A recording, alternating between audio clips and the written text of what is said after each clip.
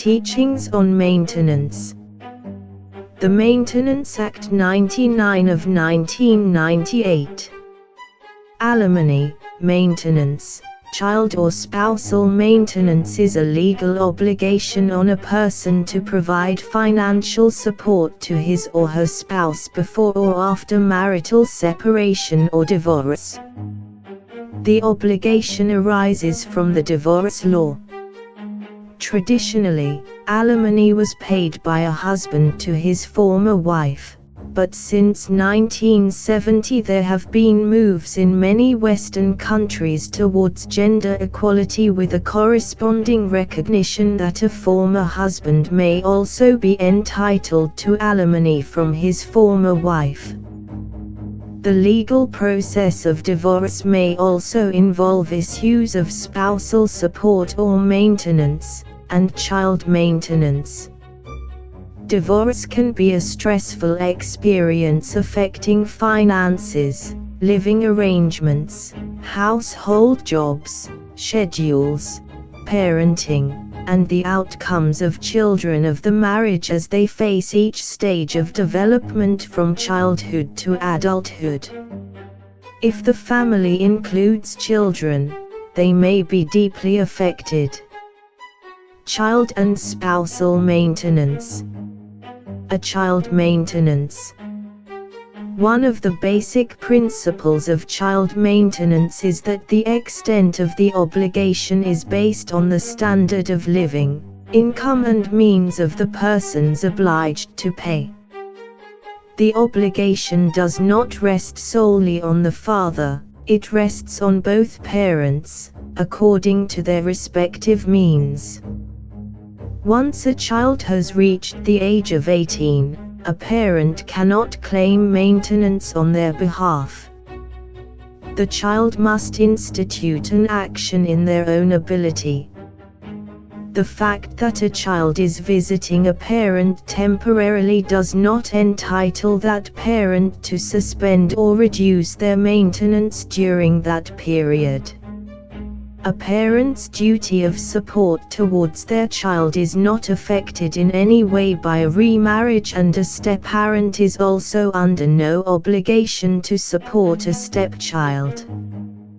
The refusal to allow parent contact does not entitle that parent to stop paying maintenance. To fulfill their obligations to support their child, parents must use both their incomes and, if necessary, their capital. A court may order that the assets be sold to satisfy the obligation to pay maintenance.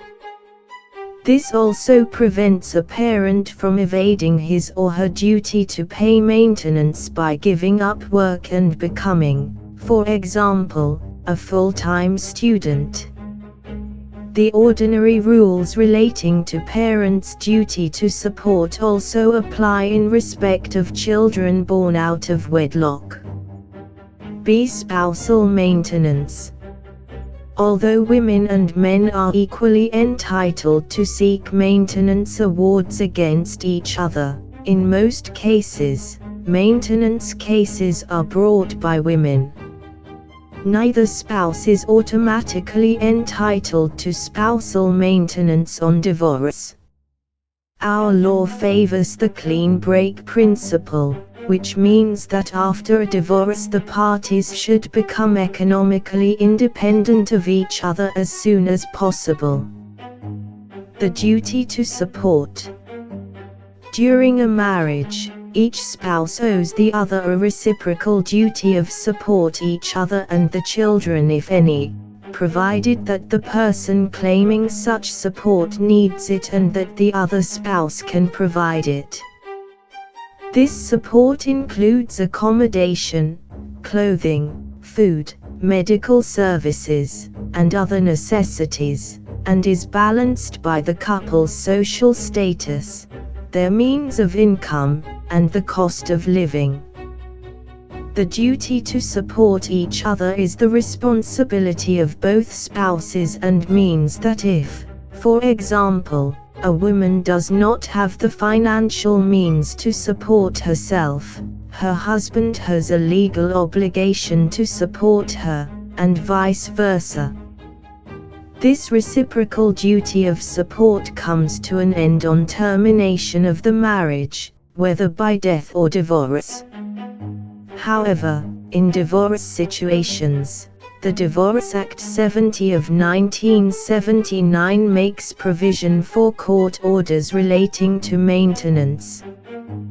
When a spouse dies, the surviving spouse can claim maintenance against the spouse's deceased estate in terms of the Maintenance of Surviving Spouses Act 27 of 1990. Neither spouse has a statutory right to maintenance. The ex-spouse seeking a maintenance award has no right as such. Maintenance courts. The maintenance court is situated in the magistrate's court. Mothers or fathers who do not get support for their children from the other parent can go there to claim maintenance from that parent. There is a maintenance officer in charge of the maintenance matter. It is not necessary to have an attorney to claim maintenance. The maintenance officer will help you to fill in the necessary forms. If one of the parents of the child refuses to pay maintenance, then the case must go to the maintenance court.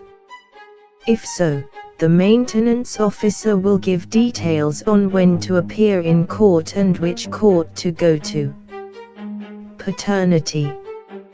If a man and woman are going out together like a girlfriend and boyfriend and the woman falls pregnant, it is assumed that her boyfriend is the biological father. The girlfriend will then have to give proof that he is the father if he wants to claim paternity. If paternity is disputed, the court may order a paternity test. If paternity is disputed and both parties agree to a test, but cannot afford it, the court has discretion to order the state to pay part or all the cost of the test. How to apply for a maintenance order? Apply for maintenance at the local magistrate's court in the district where you live. 1. Go to court and complete and submit form A, application for a maintenance order. Submit proof of your monthly income and expenses, such as receipts for food purchases, electricity and/or rent bill payments.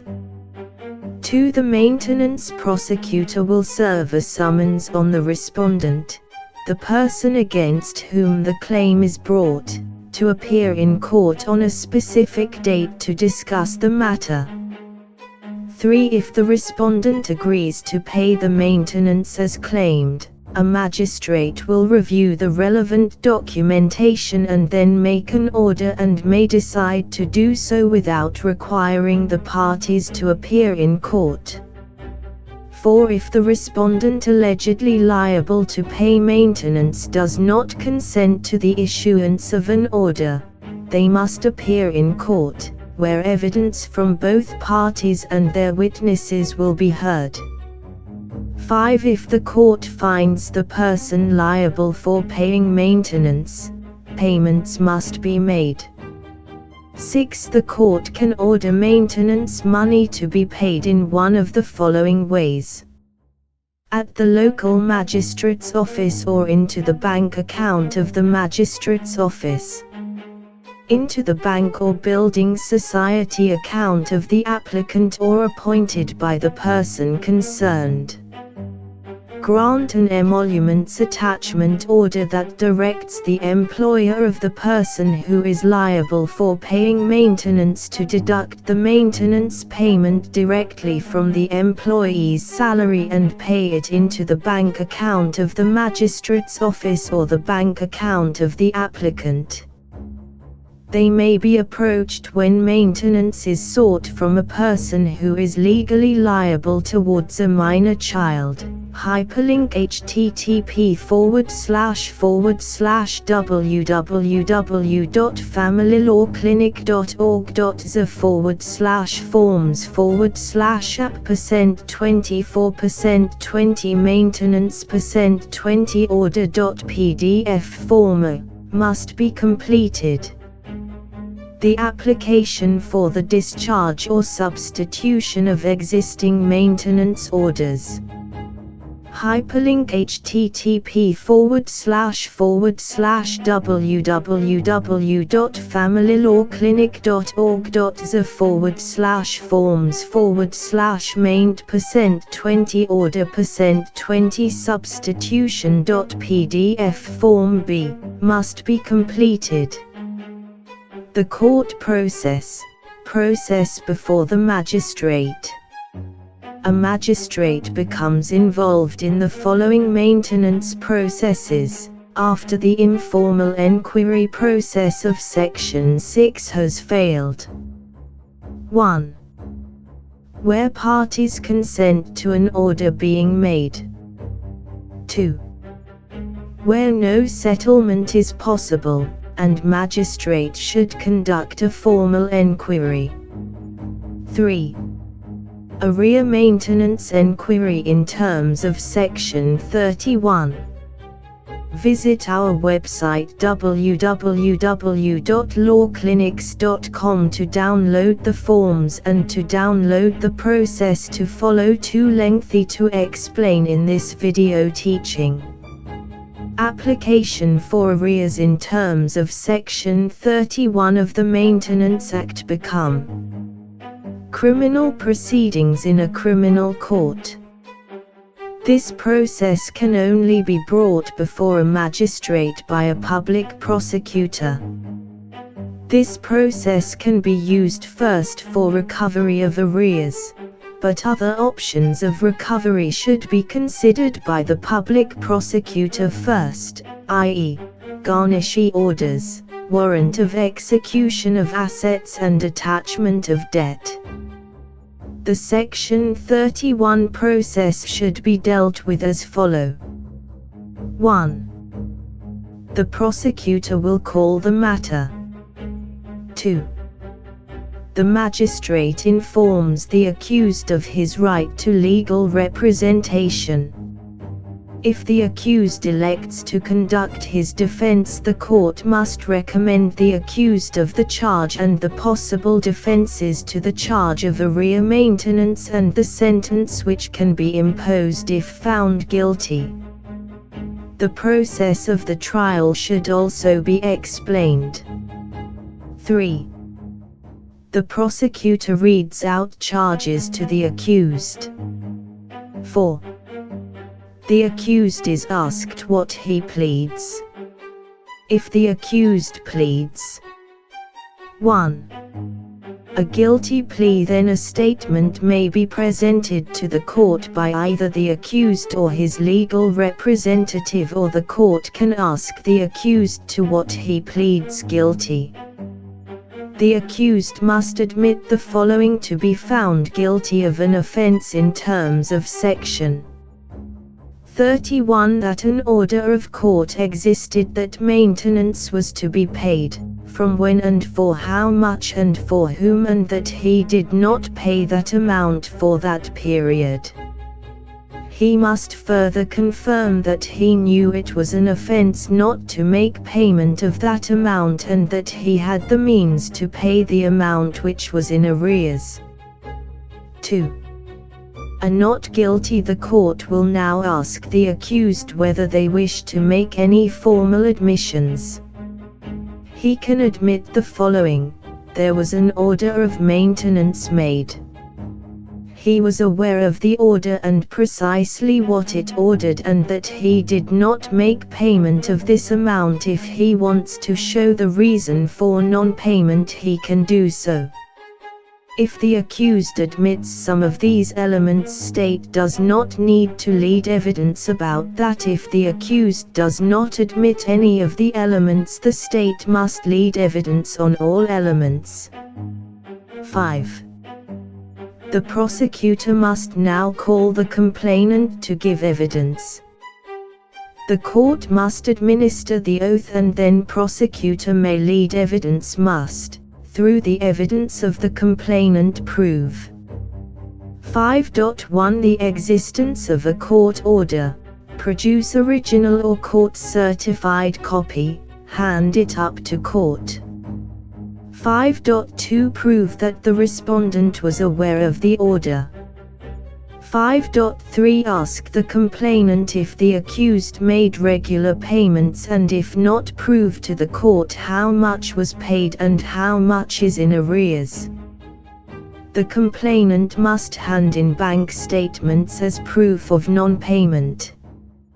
5.4 Complainant must tell whether, according to them, the accused had employment and / or had assets to sell to pay the maintenance yet did not.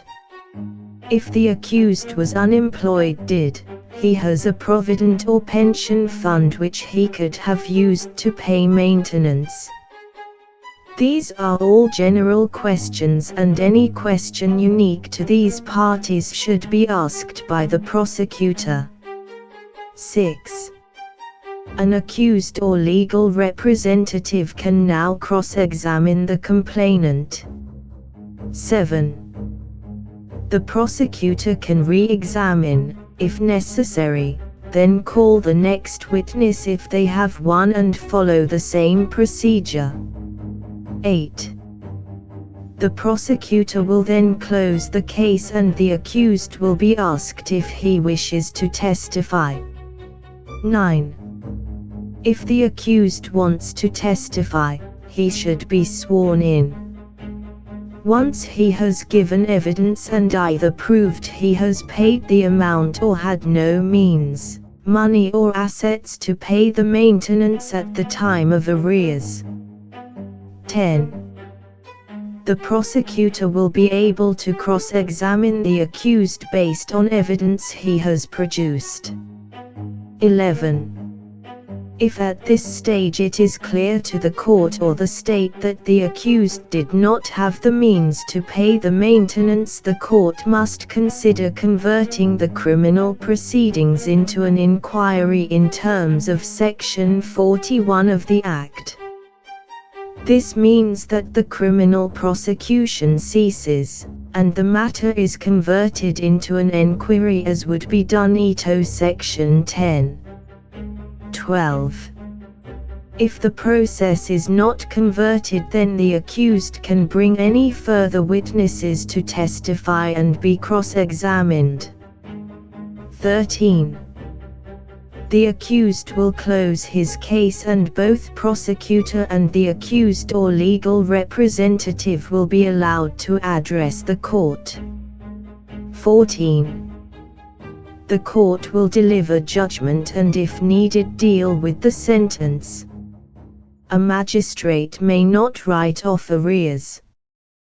The maintenance officer may make a maintenance order compelling the defendant to pay maintenance in a particular form and manner. He may also order the defendant to pay arrears from the date of birth as well as costs of birth. The maintenance officer may make specific orders such as compelling the defendant to add his child as a dependent on his medical aid scheme. He may also attach annuities, provident funds and similar for maintenance, but this is restricted to cases where the defendant has acted in bad faith. He may also order an emolument attachment order. When variation of the existing order is looked for, the defendant must show good cause, changed circumstances of the minor child or the parents, that would justify a higher or lower amount.